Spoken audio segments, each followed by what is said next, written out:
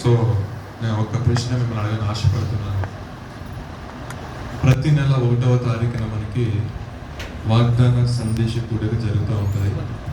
So ఈ నెలలో ఎంతమంది దానికి అటెండ్ అయ్యారు, ఆ వాగ్దానం ఏంటి అనేది ఈ ఫస్ట్ నెలలో ఆగండి, అక్కడ చెప్పేసి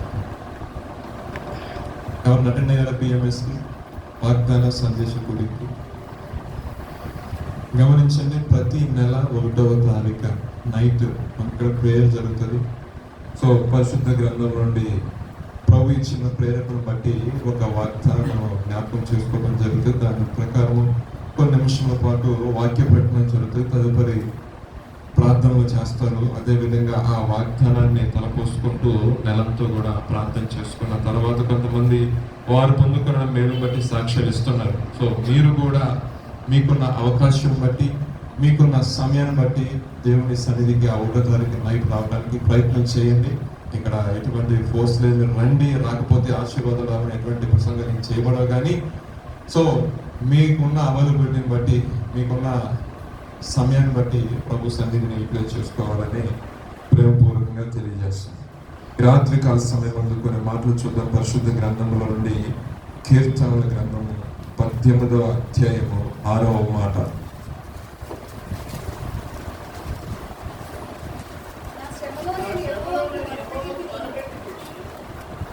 చదవండి.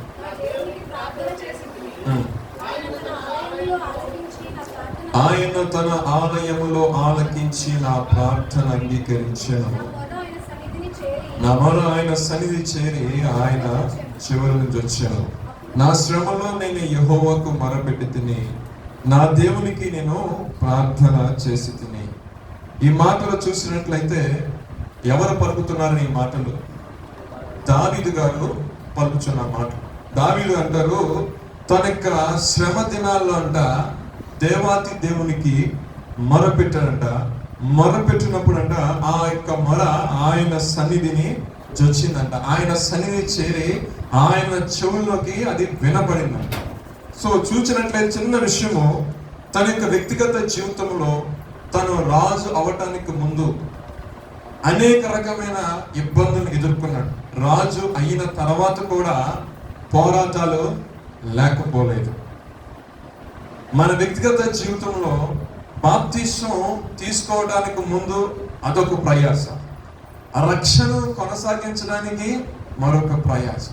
కానీ దావీదు యొక్క జీవితము అనేక రకమైన పోరాటాలు, ఇబ్బందులు వచ్చినప్పటికీ కూడా అతడు ఎవరిని ఆశ్రయించి ఉన్నాడని పరిశుద్ధ గ్రంథం సెలవిస్తుంది. ఏంటంటే, నేను యెహోవాను ఆశ్రయించి ఉన్నాను అని చెప్పి ఆయన రాసుకుంటూ వచ్చాడు. అంటే తన యొక్క జీవిత కాలం అంతా కూడా ఏ నిర్ణయం తీసుకోవాలనుకున్నా, ఎటువంటి ఇబ్బంది వచ్చినా, ఎటువంటి కష్టం వచ్చినా వేరొక వ్యక్తిని ఆశ్రయించడం కానీ, వేరొక వ్యక్తి దగ్గరికి వెళ్ళి సహాయం అడగడం కానీ, వేరొక వ్యక్తి దగ్గరికి వెళ్ళి ఆలోచన అడగడం కానీ ఎక్కడా లేదండి.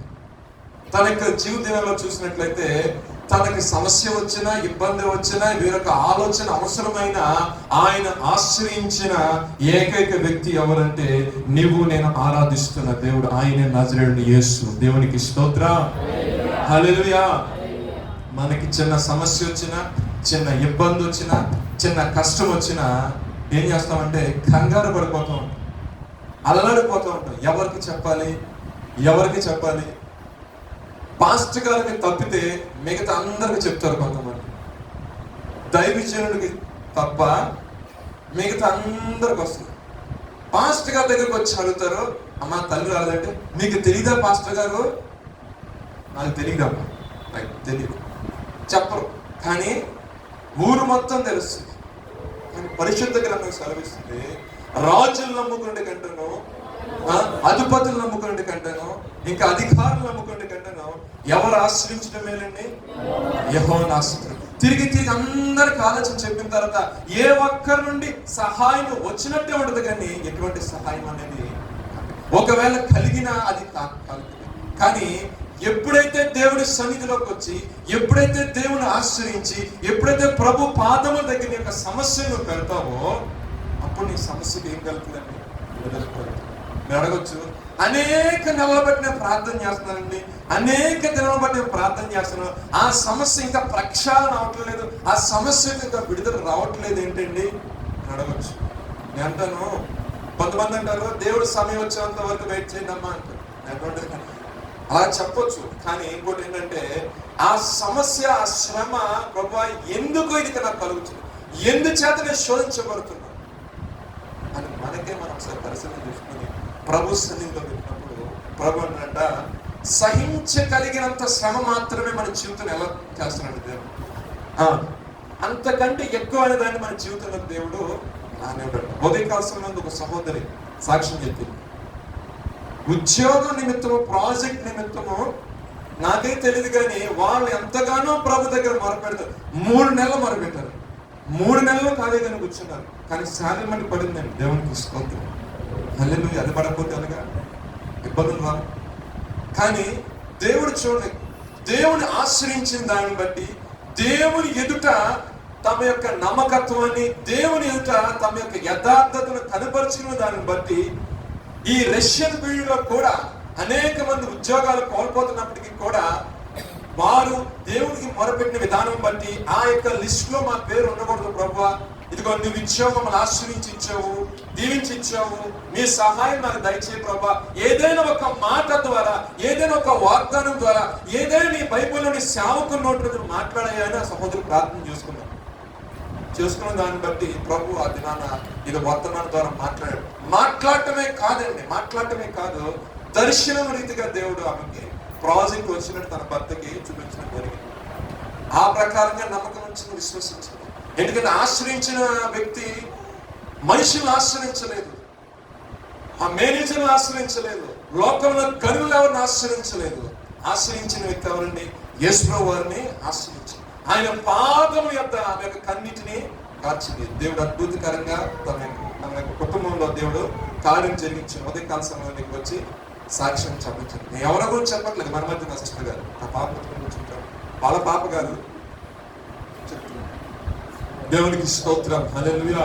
అంటే నా దేవునికి అసాధ్యమైందంటూ ఏమీ లేదు. ఎప్పుడు నీవు ఆయన సన్నిధికి వచ్చిన మొదలుపెట్టినప్పుడు, నీ యొక్క శ్రమ దినాల్లో, నీ కష్ట దినాల్లో బంధువుల దగ్గరికి పరిగెత్తమని చెప్పట్లా, వద్దని కూడా చెప్పట్లా. కానీ నువ్వు ఆరాధిస్తూ, నువ్వు కనపరుస్తూ, నువ్వు లేని వాటిని ఉన్నట్టు పిలిచేవాడు, నిరీక్షణకు ఆధారం లేని సమయంలో నిరీక్షణ కలిగించి నీకు సహాయం చేసిన దేవుని మొదట నీ యొక్క విజ్ఞాపన తెలియచేసినప్పుడు ప్రభు ఏం చేస్తారంటే ఆశ్చర్యకరమైన సహాయం చేస్తాడు. ఎట్టు ఆశ్చర్యకరమైన సహాయం చేస్తాడు? 18వ వాక్యం ఒకసారి చదవండి.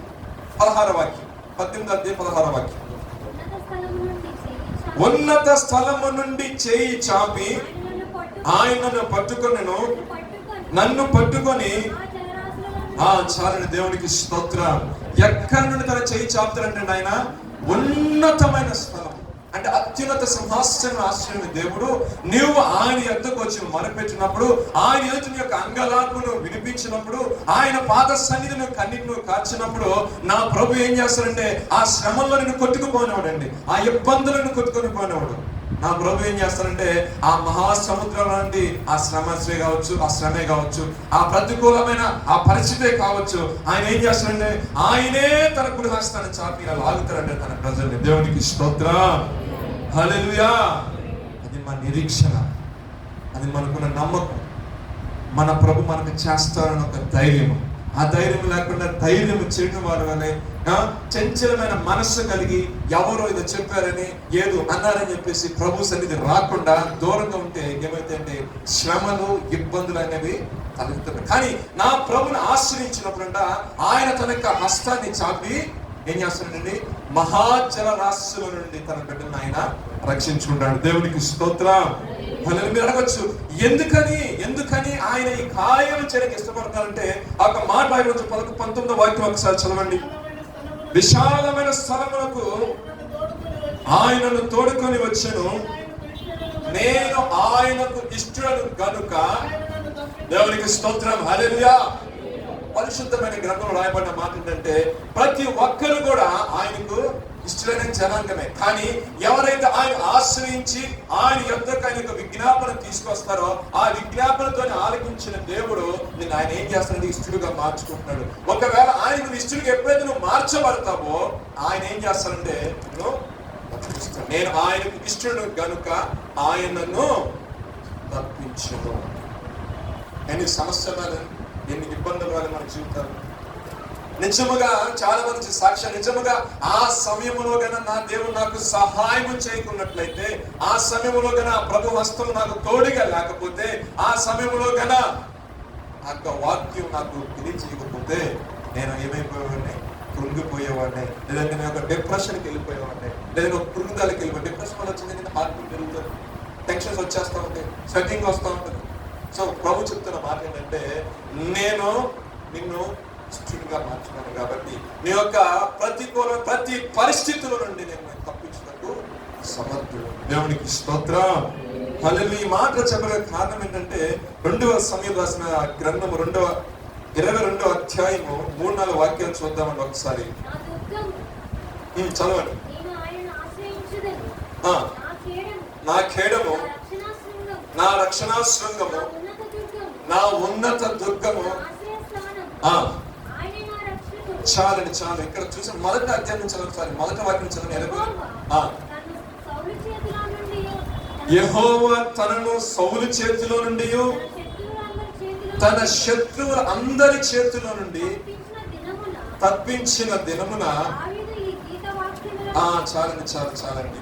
అసలు ఈ మాటలు, ఈ కీర్తనాకారుడు ఈ మాటలు పలకగల ఉద్దేశము రాజుల గ్రంథాల్లో రాయబడిన మాటలు చక్కగా రాసుకుని వచ్చారు. అంటే సౌలు చేత బాధపడినప్పుడు, శత్రువుల చేత బాధపడినప్పుడు ఆశ్రయముగా ఉంటారన్న జనాంగం ఆశ్రయంగా లేని సమయంలో ఆయన ఎన్ని ఇబ్బందులు ఎదుర్కొన్నాడో, ఏ రకంగా దేవుడు ఆయనకి సహాయం చేసి ఉన్నాడో, ఏ రకంగా దేవుడు ఆయనకి ఆశ్రయ దుర్గంలో ఉన్నాడో ఆ మాట మొత్తం కూడా దావీదు గారు రాసుకుని మీకు అర్థమవడం కోసం ఆ రిపోర్ట్ చూపించాను. అక్కడ మాటలే తీసుకొచ్చి కీర్తనాకారుడికి అలా రాయటం జరిగింది. సో ఇక కొత్త విషయం మనం గమనించాల్సిన విషయం ఏంటంటే మన శ్రమలో కానీ ఇబ్బందుల్లో కానీ ఎల్లప్పుడూ మనం ఎవరిని ఆశ్రయించాలండి? యెహోవాను ఆశ్రయించినంత కాలము కూడా అంటే ఉజ్జియాని దేవుడు ఆశ్రయించాడు. నిజంగా ఆ మాట చూద్దామని చూడండి. విజయ గురించి 2వ దినవృత్తాంతాలు 26వ అధ్యాయం 5వ వాక్యం చూసినట్లయితే ఫిబ్రవరి నెలలో మనకి దేవుడు అనుగ్రహించిన వాగ్దానం ఏంటంటే అతడు దేవుని ఆశ్రయించినంత కాలము అతడిని వర్ధిల్ల చేసి. చదవండి. అతడు బయలుదేరి ఫిలిష్తీయులతో యుద్ధం చేసి గాతు ప్రాకారమును, యబ్నే ప్రాకారంలోను, అష్డోదు ప్రాకారంలోను పడగొట్టి అష్డోదు దేశంలోను ఫిలిష్తీయుల దేశంలోను ప్రాకారపు పురములను కట్టించింది. చాలు. ఇక్కడ చూసినట్లయితే ఉజ్జియా తన యొక్క జీవితంలో 16వ ఏట రాజుగా ఆయన రాజ్యాన్ని పరిపాలించడం ప్రారంభించడం. ఆ దినాల్లో అనేక రకమైన ఇబ్బందులు వచ్చినప్పటికీ, అనేక రకమైన కష్టతరమైన పరిస్థితులు వచ్చినప్పటికీ అతడు ఎవరిని ఆశ్రయించాడండి? దేవుడిని యెహోవాను ఆయన ఆశ్రయించున్నాడు. ఆయన ఆశ్రయించిన దాన్ని బట్టి ఎంతకాలం అయితే ఆయన ఆశ్రయిస్తూ వచ్చినాడో అంతకాలము దేవుడు అతన్ని వర్ధిల్ల చేశాడు. అంత మాత్రమే కాకుండా అంతకుముందు ఎవరైతే శత్రు రాజ్యాలు ఉన్నాయో ఆ శత్రు రాజ్యాలంతటి మీద కూడా ఆయన దేవుడు ఏం చేశాడు? గొప్ప విజయాన్ని అనుగ్రహించాడు. అంత మాత్రమే కాదు, ఆ యొక్క ఉజ్జియా గురించి ఆ ప్రాంతం అంతా కూడా ఉజ్జియా గురించి గొప్ప పేరు, గొప్ప ఖ్యాతి అనేది వ్యాపించడం జరిగింది. నేను చెప్పే మాట ఏంటంటే, అంటే ఒక వ్యక్తి దేవుడిని ఆశ్రయించినప్పుడు, ఒక వ్యక్తి దేవుడి సన్నిధికి వచ్చి దేవుడితో మొరపెట్టినప్పుడు దేవుడు ఖచ్చితంగా ఆ వ్యక్తిని ఆశీర్వదిస్తాడు అనడానికి మనకి క్లియర్ గా పరిశుద్ధ గ్రంథంలో రాయబడింది. అంటే మనం చేయాల్సిన పని ఏంటంటే, ఈ వ్యక్తి ఆశ్రయించిన వ్యక్తి ఎలా ఉండాలంటే యథార్థ ప్రవర్తన కలిగి ఉండాలి, పరిశుద్ధ జీవితం కలిగి ఉండాలి. ప్రభు ఏ మాటలను మనం బోధించాడో, ఏ కట్టడలు, ఏ విధులను మనకు బోధించబడుతున్నాయో ఆ విధులను, ఆ కట్టడలను హృదయపూర్వకంగా గైకొని హృదయపూర్వకంగా వాటిని అనుసరించే వ్యక్తిగా మనం ఉన్నప్పుడు మన యొక్క జీవితంలో నిజముగా దావీదు దేవుని ఆశ్రయించినప్పుడు ఎంత విజయమైతే పొందుకున్నాడో, ఉజ్జియా దేవుని ఆశ్రయించినప్పుడు ఎంత విజయమైతే పొందుకున్నాడో అంతకంటే గొప్ప విజయము క్రీస్తులో ఉంది. కాబట్టి నువ్వు నా ఆశ్రయించినప్పుడు నువ్వు కూడా గొప్ప విజయాన్ని పొందుకున్నావు. దేవునికి స్తోత్రం. హల్లెలూయా. క్లుప్తంగా చెప్పాలంటే మన యొక్క వ్యక్తిగత జీవితంలో ఎల్లప్పుడూ మనం ఏం చేయాలండి? దేవుడి మీద ఆధారపడి జీవించాలి. దేవుడి మీద ఆధారపడకుండా, దేవుని ఆశ్రయించకుండా ఏదో నామకే వాస్తే భక్తి చేసామనుకోండి, మనకు వచ్చే ఫ్రూట్ కూడా అంతే మాత్రమే ఉంటుంది. మీరు ఏం చేస్తారంటే నెల ఒక 10,000 బ్యాంకు చెప్పే మాట వేసిన తర్వాత కొంతకాలం అయిన తర్వాత ఏం చేస్తారంటే మళ్ళీ తగ్గించండి, మరలా వేయండి, మరలా తగ్గించండి. ఒక 5 years తర్వాత ఆ అమౌంట్ మొత్తం చేతికి వస్తుంది. వచ్చిన తర్వాత ఒక బల్క్ అమౌంట్ మనం చేతికి ఇస్తాం. ఫర్ ఎగ్జాంపుల్ నెలకు 10,000 చూపించడం 6 లక్షలు వస్తాం. 6 లక్షలు రావాల్సిన 10,000 వేస్తే 6 లక్షలు వచ్చింది. కానీ మన మధ్యలో ఏం చేసాము? ఒకసారి 1000, ఒకసారి 2,000 మిక్స్ చేసాం. 5 సంవత్సరాల్లో ఏం చేసామండి? 10,000 వేయకుండా ఏం చేసాము? 5, 1000, 200, 300 వేసుకోవచ్చు. కానీ మన టార్గెట్ అమౌంట్ ఎంత? 6 lakhs కావాలి. కానీ 5th year వచ్చేసరికి అమౌంట్ తీసుకెళ్ళండి, మీ అమౌంట్ మెచ్యూర్ తీసుకెళ్ళినప్పుడు 4,50,000 చేతికించింది. అసలు అప్పుడు మనం తక్కువ చేసుకోకుండా రేట్ ఆఫ్ ఇంట్రెస్ట్ అన్ని పెరిగిపోయాయండి. ఇక మీరు ఎంత కడితే ఎంత వచ్చినప్పుడు మనం ఏం చేస్తాం? ఇమ్మీడియట్ గా కోరుకుంటాం లేదా, లేకపోతే 4 కోరుకుంటాం లేదా? అవునా? అదే నువ్వు కంటిన్యూస్ ప్రాసెస్ ఎక్కడ తగ్గకుండా అంటే ఒక క్రమంగా ఆ 5 years కంప్లీట్ చేసుకున్నాం అనుకోండి, మంచి అమౌంట్, ఒక బల్క్ అమౌంట్ వస్తుంది. అవునా? నేను ఎందుకు ఎగ్జాంపుల్ చెప్పానంటే, ప్రార్థనా జీవితంలో కూడా ఒక ఆత్మీయ యాత్రను ప్రారంభించినావు. యేసుక్రీస్తు వారితో సహవాసం కలిగి నడుస్తున్నప్పుడు నువ్వేంటంటే మరలా లోకం చూసి చతుకులు పడిపోయి ఉంటుంది. మరలా ఆయనని తీసి, మరలా నిన్ను కడిగి, మరలా పరిశుద్ధపరిచి, మరలా నడిపించడం ఇది ఎంత అవుతుంది?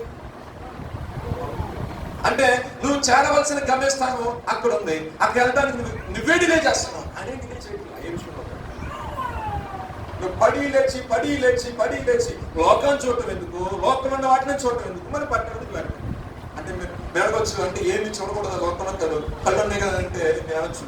లోక సంబంధమైన విషయాల్లో మన మనస్సు అనేది ఎప్పుడైతే ఈ లోక సంబంధమైన విషయాల్లో ఒక మనసు వెళ్తుందో, ఆత్మీయ జీవితంలో మరణ 10,000 మన 1000 వస్తుంది.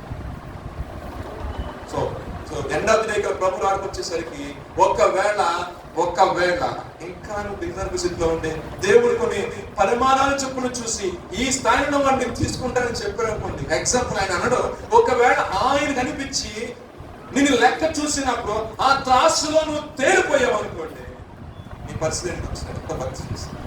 సో నేను చెప్పే మాట ఏంటంటే, పరిశుద్ధ గ్రంథం సెలవిస్తున్న మాట ఏంటంటే, ఒక్కవేళ నువ్వు నాగిక మీద చేయి పెట్టి ఆ యొక్క ఆత్మీయ యాత్రను కొనసాగిస్తున్నప్పుడు మరలా తిరిగి నువ్వు లోక విషయాల వైపు, లోక భోగాల వైపు మన మనసుని నిలపకూడదు. నేను ఆరాధిస్తున్న దేవుడు నిన్ను ప్రేమించి నీ పక్షాన నిలబడి నీకు సహాయం చేయడానికి, నీ అంతటిగా నీవు నీతిమంతుడిగా నువ్వు తీర్చబడలేవు, నీ అంతటిగా నీవు విజయాన్ని పొందుకోలేవు, నీ అంతటిగా నువ్వు పాపాన్ని జయించలేవు. కాబట్టి తన ఏకైక కుమారుడిని యేసు ప్రభువారిని నీ కొరకు నా కొరకు ఆయన ఇచ్చాడు. ఆయన రక్తం చేత మనకు కడగబడి ఇదే మనకు అధికారం ఉంది. మనం ప్రార్థన చేస్తున్నామంటే మన ప్రార్థనకు వెళ్తుందంటే మన గొప్పతనం కాదు. మనం ఎప్పుడైతే మనము వంగని ఇష్టం లేని మనసు తీసుకొచ్చి ఆయన దగ్గర పడేసి నలకొట్టుకుని ప్రభు ఆయన సహాయం చేయి, ఎప్పుడైతే అంగలాంచి వేలతో ప్రార్థన చేస్తావో ఇప్పుడు ఆయన చూస్తాడు. మనసును చూసిన దేవుడు ఆదరణకర్త నీకు ఇస్తాడు. ఆ ఆదరణకర్త చెప్తాడు నువ్వు ఎలా ప్రార్థించాలి, ఆ ఆదరణకర్త నిన్ను గైడ్ చేస్తాను నువ్వు ఎలా నడవాలని, ఆ ఆదరణకర్త నిన్ను లీడ్ చేస్తాను నువ్వు ఎలా ప్రవర్తించాలి ఏ విషయం అనేది. ఆ విషయం గమనించినట్లయితే మన వ్యక్తిగత జీవితంలో అనేక రకమైన మార్పులు వస్తాయి. చాలా మంది అంటారు, ఎక్కడి నుంచి చూస్తున్నానండి మా జీవితంలో ఏం ఆశీర్వాదం లేదంటే, ఆశీర్వాదం లేదు అనడానికంటే ముందు ఆశ్రయించబడే స్థితిలో నువ్వు ఉన్నావు. అసలు ఆశ్రయించబడేటట్టు నువ్వు భక్తి చేస్తున్నావు. ఆ పరిశుద్ధ జీవితాన్ని, ఆ యథార్థమైన జీవితాన్ని, ఆ పరిశుద్ధతను వెంబడించే తత్వం, ఆ యథార్థమైన స్వభావాన్ని కలిగి ఉన్నావా? కొంతమంది టక్కున అప్పుడే అబద్ధం చెప్పారు. కళ్ళ ముందు కనపడుతున్నప్పటికీ క్రైస్తవులైన కూడా టక్కున అబద్ధం, అక్కడే యథార్థత లేదు. దేవుడు అంటారు యథార్థత లేని వారిని ఆయన ఇష్టపడరు. వాళ్ళు ఎవరంటే యథార్థత లేని వాళ్ళని దేవుల సమయం దుష్టులు. వాళ్ళ యొక్క ఆలోచనలో యథార్థత ఉందో, వాళ్ళు నడిచే నడవడికలో యథార్థత, వాళ్ళ పలకరింపులో యథార్థత ఉంది. పైకి నవ్వుతూ మాట్లాడుతూ ఉంటాం, లోపల తప్పులో. సో అటువంటి వ్యక్తులతో చాలా మంది ఆశ్రయించబడకూడని కారణాలు ఏంటి? ఏదైనా పాపం నీకు మనలో ఉందా? ఏదైనా దేవుడికి ఇష్టమైన క్రియలు నాలో ఉన్నాయా? అనేక రకాల ప్రయత్నాలు చేస్తున్నప్పటికీ జయమని నా జీవితం ఎందుకు రావట్లేదు ప్రభా? నేను ఆశ్రయించలేదా? నేను ఆశ్రయించకుండా నేను వేరొకరిని ఆశ్రయించానా? నేను ఆశ్రయించానని ఒక బోర్డు పెట్టుకొని దీని వెనక నేను వేరొకరిని ఆశ్రయిస్తున్నానా అంటే పైకి క్రైస్తవుడిగా కనపడుతూ లోపల ఆ భక్తిని ఆశ్రయించకుండా వేరొక దాన్ని ఆశ్రయించే స్థితిలో ఉన్నాను. ఒకళ్ళ ఆసక్తిలో ఉంటే విజయం అనేది కొంతమంది జీవితాల్లో ఆశ్రయించబడిన తర్వాత కూడా ఏమైపోతారంటే నాశనంకి వెళ్ళిపోతారు. ఎందుకంటే ఇదే వాక్యం ఉంది.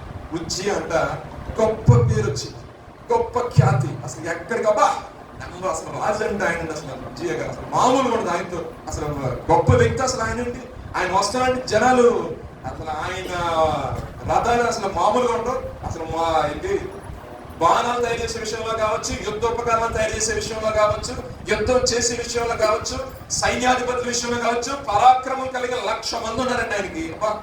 ఎక్కడికి వెళ్ళినా ఆయన పేరు మారు మోగిపోతుంది. ఈయనకు వచ్చింది లోపల ఏమొచ్చింది? మనమే ఎక్కడికి వెళ్ళి మన పేరు తర్వాతే. నా పేరు ఫస్ట్. నా లిస్ట్ లేకుండా మన పేరు పేరు పెట్టాడు. మూడో పేరు పెట్టరా మన దగ్గర ఫస్ట్ పేరు ఉండాలి మనకు. ఇటువంటి వాళ్ళు ఉంటారు. ఇటువంటి తత్వంలోకి వచ్చేసాడు. దేవుడు ఆశ్రయించి దేవుడు దీవించిన తర్వాత దేవుడు దీవించిందట మనస్సునందు గర్వించాడు. ఎక్కడండి? అది బయటకు కూడా చూపిలే, అసలు అది బయటకు కూడా ఎక్స్ప్రెస్ చేయలే. మనస్సునందు గర్వించి చెడిపోయాడంటే. చెడిపోయి ఏమైపోయాడంటే దేవుని ఆశ్రయించడం మానేసి పాస్టర్ గారు అంటే దైవజనుడు దోపత్ను పట్టుకొని దూపం బలి పెట్టడం ఎంత వరకు వెళ్ళిపోయాడంటే తీసుకెళ్ళి మొత్తం సామాగ్రి మొత్తం రాజుని కదా, ఎక్కడికి వెళ్తే అక్కడ మనం గర్భాన్ని చేస్తున్నారు. అంతా ఇదంతా బలిపెట్టి మనం పూజ చేయకపోవడం తీసుకెళ్ళని చెప్పేసి దోపాత్రం పట్టుకొని వచ్చి అప్పటికి యాజకులు చెప్తున్నారు, ఇది నువ్వు చేయకూడని కార్యము. ఎవరు చెప్తున్నారు? దైవజనుడు చెప్తున్నారు. కొన్ని విషయాలు మన లోపల పరిశుద్ధాత్మ చెప్తారు, ఇది నువ్వు చేయకూడని కార్యం, ఇది నువ్వు వెళ్ళకూడని మార్గం, ఇక్కడ నువ్వు నివసించాల్సిన ప్లేస్ కాదు, ఇక్కడ నువ్వు నిలబడకూడదని ఆత్మ చెప్తున్నప్పటికి కూడా అయ్యి కాదు. పార్టీకే కదా పోవచ్చు, సినిమాకి కదా పోవచ్చు, పబ్బులకి కదా పోవచ్చు. మనసు లోపల చేస్తా ఉంటుంది, నువ్వు వెళ్ళకూడదురా, నువ్వు చూడకూడదురా, నువ్వు చేయకూడదురా, ఇక్కడ నిలబడాల్సిన స్థలం కాదురా బాబు, ఇక్కడ ఉండకూడదంటే విజయ జీవితంలో కూడా యాజకుడితో చెప్తున్నారు మాట్లాడంటే నువ్వు చేయకూడదు నా పని. ఆ దోపాత్రను బట్టి మీరు దోపం వేయకూడదు. రాజుగారు మీకు పేరు ఉండొచ్చు, ప్రఖ్యాతి ఉండొచ్చు, ఏదైనా ఉండొచ్చు, మీరు అక్కడ ఆ పని చేయకూడదు. మనసులో తింటారు. వెళ్ళాడు, బలిపేట ఎక్కేసాడు, గద్దించినా వెళ్ళలేదు, సాహసించాడు, వెళ్ళాడు, కుష్టి తెచ్చుకున్నాడు, తీసుకెళ్ళాడు. ఆ కుష్ఠరోగం వచ్చింది, గుడిచిలో పడేశాడు, చివరి చచ్చిపోయాడు, పక్కన చీర పడేశాడు. దేవునికి స్తోత్రం. మళ్ళీ నువ్వు ఎవరికైనా కుష్టి వచ్చింది ఆ దినాల్లో పాలను వెలుపట పడేయాలి, అంటే లేదంటే ఊరికి దూరంగా తీసుకెళ్ళి పడేయాలి. ఎక్కడికి వెళ్తాను చూడండి. దేవుడు ఆశ్రయించినంత కాలం దేవుడు దీవించాడు. దేవునితో సహవాసం చేస్తూ ఆయన చెప్పిన మార్గంలో, ఆ కట్టడంలో, ఆ ధర్మశాస్త్ర విధుల్లో తన రాజ్యాన్ని పరిపాలించడం బాగా. ఎక్కడో పేరు వచ్చేసరికి ఏమైపోయింది లోపల అసలు గర్వం వచ్చేసి నా అంతటా లేడు అన్న విధానం విర్రవిగాడు. దేవుడు ఒక తొక్కాడు అంతే. ఒక్కటే తీసుకెళ్ళబడేశారు, పాలు బయటపడేశారు. సత్యాడు బతుకుడు కూడా చూసుకున్నాడు అవడాడు. ఎందుకు పుస్తకం దగ్గర కూడా పుస్తకం వచ్చింది. ఈ విషయం మనకు గమనించిన విషయం ఏంటంటే కానీ తన కుమారుడు యోతాము సంథింగ్ ఎవరు ఆయన రాజు అయిన తర్వాత 25 ఏట ఆయన రాజు అయ్యాడు. 25 ఏట రాజు అయిన తర్వాత తండ్రి చేసిన తప్పు కుమారుడు చేయలేదు. కానీ తండ్రి ఏ విధంగా దేవుడికి భయభక్తి కలిగినాడో అది ఫాలో అయ్యాడు. ఏ విధంగా భయభక్తి లేకపోవడం వల్ల భ్రష్టుడు అయిపోయాడో ఆ మార్గాన్ని తెలుసుకుని ఆ మార్గం వైపు కానీ లేదంటే ఆ యొక్క పరిస్థితుల వైపు కానీ కనీసం కన్నెత్తి చూడలేదు. ఎందుకంటే జరిగిన సంఘటన ఆయన కళ్ళ ముందే ఉంది కాబట్టి. మనం ఆరాధిస్తున్న దేవుడు ఎటువంటి వ్యక్తి అండి? రోషం కలిగిన దేవుడు. మనం ఆరాధిస్తున్న దేవుడు అలా కూర్చొని కాంగా ఉండేవాడు కాదు. శత్రువు తరుగుతున్నప్పటికీ, శ్రమలో మనం వెళ్తున్నప్పటికీ ఆ పోతే పనులు ఊరుకునే దేవుడు కాదు. నువ్వు నేను ఆరాధిస్తున్న దేవుడు నీ పరిస్థితిలోకి వచ్చేస్తాడు. ఆయన నీ కుటుంబంలోకి వస్తాడు, నీ మనసులోకి వస్తాడు, ఆలోచనలోకి, నీ తలంపులోకి వస్తాడు, గర్దిస్తూ ఉంటాడు. చెప్తాం మనం గమనించుకోవాలి. లోక సంబంధమైన మనసు అంతా ఆయన గ్రహించినది. లోక సంబంధమైన విధానం ఉన్న వ్యక్తి ఆయన గమనించలేడు. లోక సంబంధమైన వ్యవహారాల వ్యక్తి పరిశుద్ధాత్మ యొక్క తాకిడి తెలియదు. ఆత్మపూర్ణంగా ఆత్మతో నింపడుతున్నప్పుడు, ఆత్మతో ఆరాధన చేస్తున్నప్పుడు, ఆత్మతో ప్రార్థన చేస్తున్నప్పుడు, ఉచ్చరింపసంగా మూర్ఖతో ప్రార్థన చేస్తున్నప్పుడు మనకు తెలుస్తాం, పరిస్థితులు మనకు తెలుస్తాం. నేను చెప్తాను, చాలా మంచి సాక్ష్యం అండి. ఇబ్బందికరమైన శ్రమ గల పరిస్థితులు వచ్చినప్పటికీ దేవుడు ఏం చేస్తాడు, ఒకవేళ ఆ శ్రమంలో నువ్వు తట్టుకో నిలబడగలిగితే దానికి గొప్పగా రెట్టింపు బహుమానం దేవుడు మనకి ఇస్తాడు. దేవునికి స్తోత్ర. చేయవలసిన ఒకటే, అడగాల్సిన ఒకటే, శ్రమను తాలూకునే శక్తి నాకు ఇవ్వాలి. ఈ ఇబ్బందిని తాలూకునే శక్తి. ఈ గుండె చూసే ప్రభా, ఇది పిరుగుకుండే ఏదైనా గబుక్కుని చేస్తే ఇది కొంచెం స్పీడ్ అయింది అనుకోండి, ఆటోమేటిక్ బాడీ మొత్తం స్పీడ్ అయిపోతుంది. ఈ బాడీ మొత్తం స్పీడ్ అయిపోయింది, చెమట పోతా ఉంటే అంబులెన్స్ అక్కడ అంబులెన్స్ స్పీడ్ అయిపోతాడు. సో మనం ఏం చేయాలంటే, శ్రమలో ఇబ్బంది అన్ని వస్తున్నాం, మనం ఏం చేయాలంటే భక్తులు చెప్పాలి, ప్రభా ఇబ్బందికరమైన పరిస్థితుల్లో ఉన్నాను, ఇక్కడ దీన స్థితిలో ఉన్నాను, ఆశ్రయించేవాడు ఎవరు లేదా చదువుకుంటా ఎవరు నడిపింది ఒకసారి ఆశ్రయించేవాడు నాకు ఎవరు లేదని చెప్తారు భక్తులు. చెప్పి ముగిస్తాను, సమయం చాలా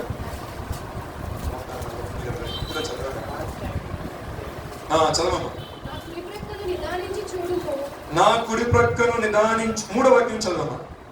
నాలో నా ప్రాణము కృంగి ఉన్నప్పుడు నా మార్గములు నీకు తెలియను, నన్ను పట్టుకున్నట్టుకై గురినొచ్చున్నారు. నా కుడి ప్రక్కను నిదానించి చూడుము, నాకు లేకపోయాను. ఎంత ఏనంగా ప్రార్థన చేస్తున్నాడు నిజంగా. కనీసం ఎవరన్నా సాయం చేస్తాడో, నా ఇబ్బందుల్లో నా కష్టాల్లో నన్ను ఆదుకుంటాడో కనీసం అలా చూస్తే కుడి పక్కన ఊడలేదు. ఎటు తిరిగినా అసలు ఆశ్చర్యం అనేది ఎక్కడ కనపడ. అయితే ఆయన చెప్తున్న మన కింద చదువుకుంటారండి, నా ఎడల జాలి పడేవాడు ఒకడు లేడు, యెహోవా నీకే నేను మొరపెట్టుచున్నాను, నా ఆశ్రయదుర్గము నీవే, సజీవులున్న భూమి మీద నా స్వాస్థ్యము నీవే అని నేను. చాలు చాలు చాలు చాలు, నేను చాలా కృంగున్నానయ్యా, నీకు మొరపెడుతున్నానయ్యా అంటూ భక్తులు రాసుకుంటారు. దైవ జ్ఞానం ఉంటుంది పైన అంటే చూడండి. ఇటువంటి పరిస్థితులు గుండా వెళ్ళిన వాళ్ళు అనేకులు, వెళ్తున్న వారు అనేకులు. సో మన యొక్క ఈ యొక్క జర్నీలో చూసినట్లయితే మనకు హెల్ప్ చేసేవాళ్ళు కానీ, మనకు సహాయం చేసేవాళ్ళు కానీ ఏ ఒక్కరు ఉండరు దేవుడు తప్పితే. దేవునికి స్తోత్రం, హల్లెలూయా. ఎందుకని మాట చెప్తానంటే, నా దేవుడే నిన్ను చూస్తున్నాడు, నా దేవుడు నీకు సహాయం చేయాలని ఆశపడుతున్నాడు. కాబట్టి ఏ ఒక్కరు కూడా భగవాన్ అనుకుంటారు, ఇది అయిపోయాడు, ఈ సంగతి అవుట్ అవుట్ కదా దీంట్లో అవుట్ అనుకుంటాట. నేను మనకి గెలిపించాలనుకుంటున్నాను, సాతంగా అనుకుంటాను, ఇంకా దొరికేస్తాడు అయిపోయింది, వాడు వెనక దొరికేస్తాడు. ఆయన సింహాసనం వరకు కూడా, సింహాసనం తన కుమారుని సింహాసనం కూర్చోబెట్టేంత వరకు కూడా సాతానుగాడు వెంబడిస్తూ ఉంటాడు. ఈయన ఎక్కుతా ఉంటాడు, ఈయన వెంబడిస్తాడు. శ్రమలు వస్తూనే ఉంటాయి. ఒక టైం రానే వస్తాయి. తన కుమారుని కూర్చోబెడతాడు. ఇప్పుడు తొక్కరా అంటాడు, సాతాను గారి కాలు కింద సొంత దొక్కిస్తాడు. దేవునికి స్తోత్రం. మన నమ్మాల్సింది ఒకటే, విశ్వాసం. మనం ఆరాధిస్తున్న దేవుడు సమాధిలో లేడు. సమాధిలో వెళ్తూ అని అంటాడు. చాలా మంది ఇక్కడ నుంచి ప్రయాణం కలుపుకొని ఇస్రాయేల్ దేశం మీద మరి చూసి వస్తాడు. లేడండి సమాధి. సమాధి తెరవబడింది. ఆయన పునరుద్ధరణడు. దేవునికి స్తోత్రం. ఆయన ఒకవేళ సమాధిలో ఉంటే మనం కృంగిపోవాలి, ఆయన పునరుద్ధరణ లేకపోతే మనం బాధపడాలి. ఎందుకంటే ఆయన మాట ఇచ్చిన దేవుడు ఖచ్చితంగా నెరవేర్చే దేవుడు. దేవునికి స్తోత్రం. నీ పట్ల వాగ్దానం చేస్తే నేను కుడి వైపుకు ఎడమ వైపుకు వ్యాపింపజేస్తాడు దేవుడు. ఖచ్చితంగా నిన్ను వ్యాపింపజేస్తాడు.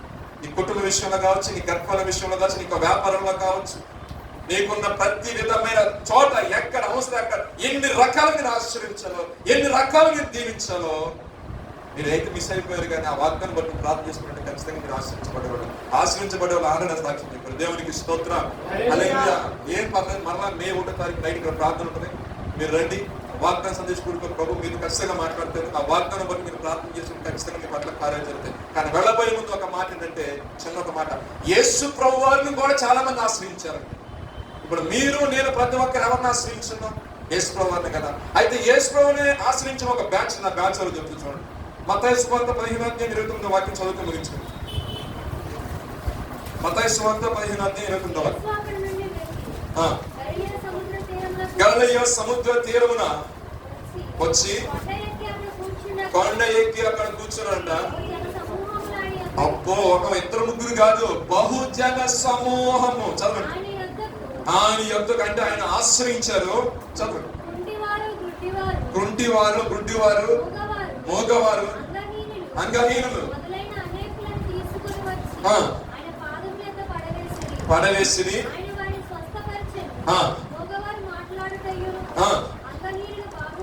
బాగుపడిను నడుచులేను.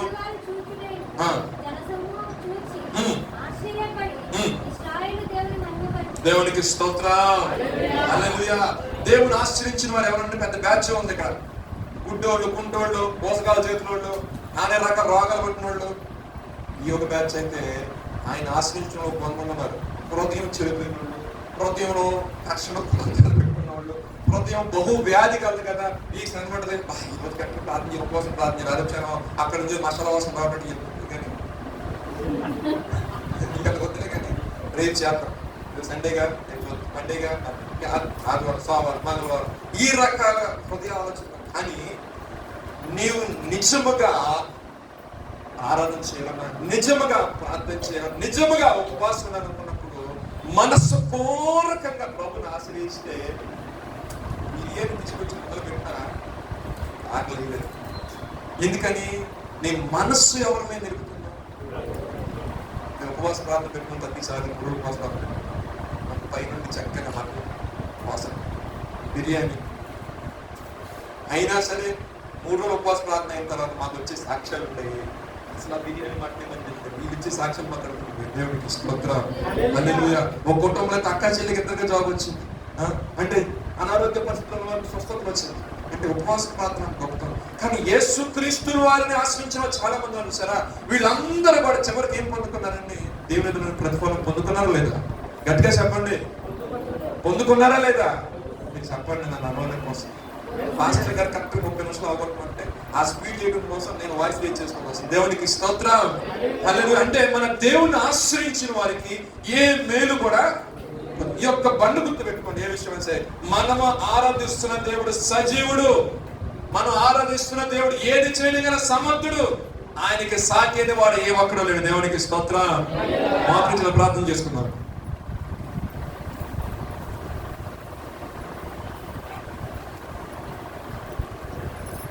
వ్యక్తిగతంగా ఎవరికై వారు కొన్ని నిమిషాలు ప్రార్థన చేసుకున్నారు.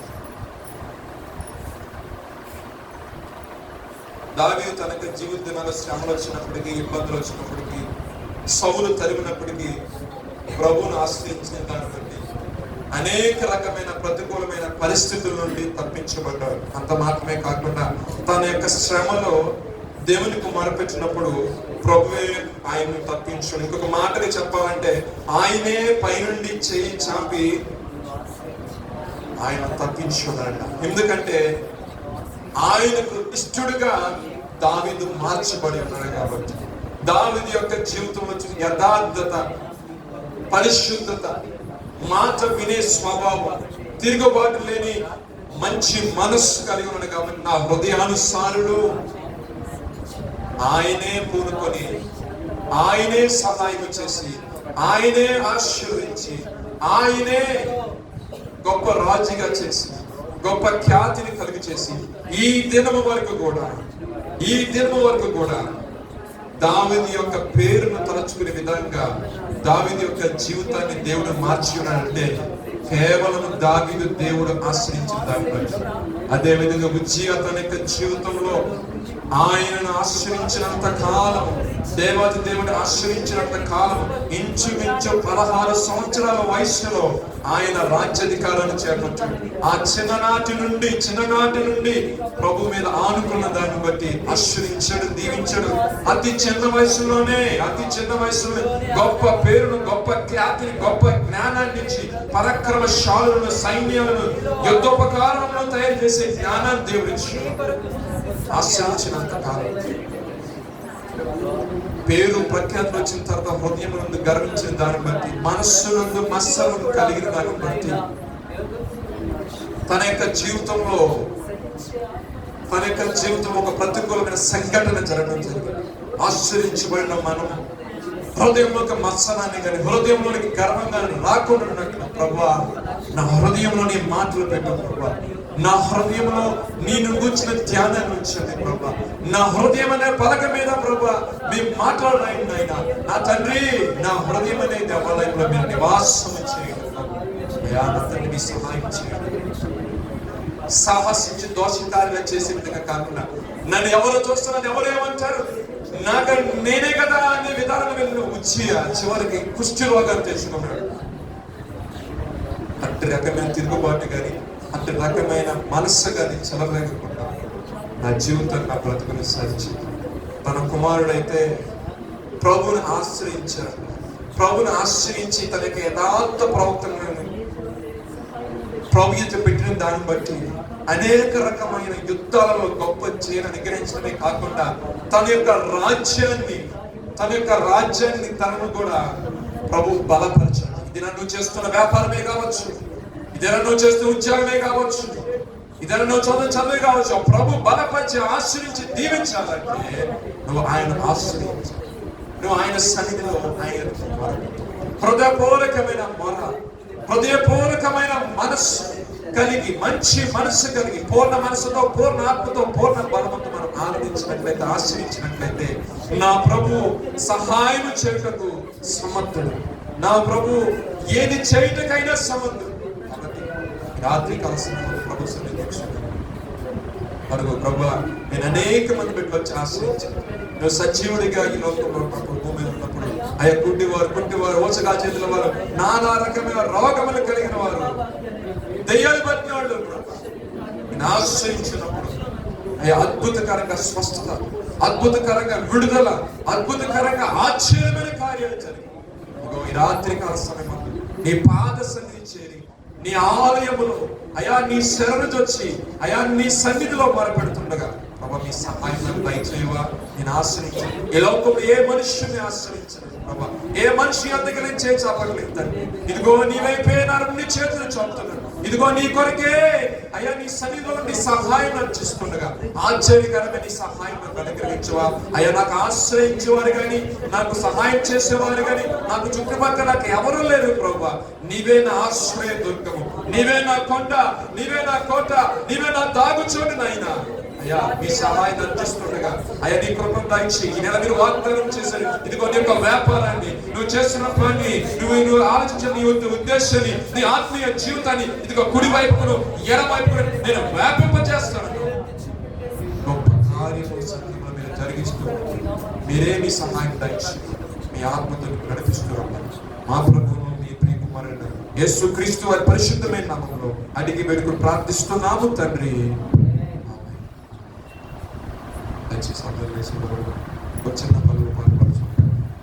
మనకు సమర్పించారు. చరణం పదం ఒక చరణం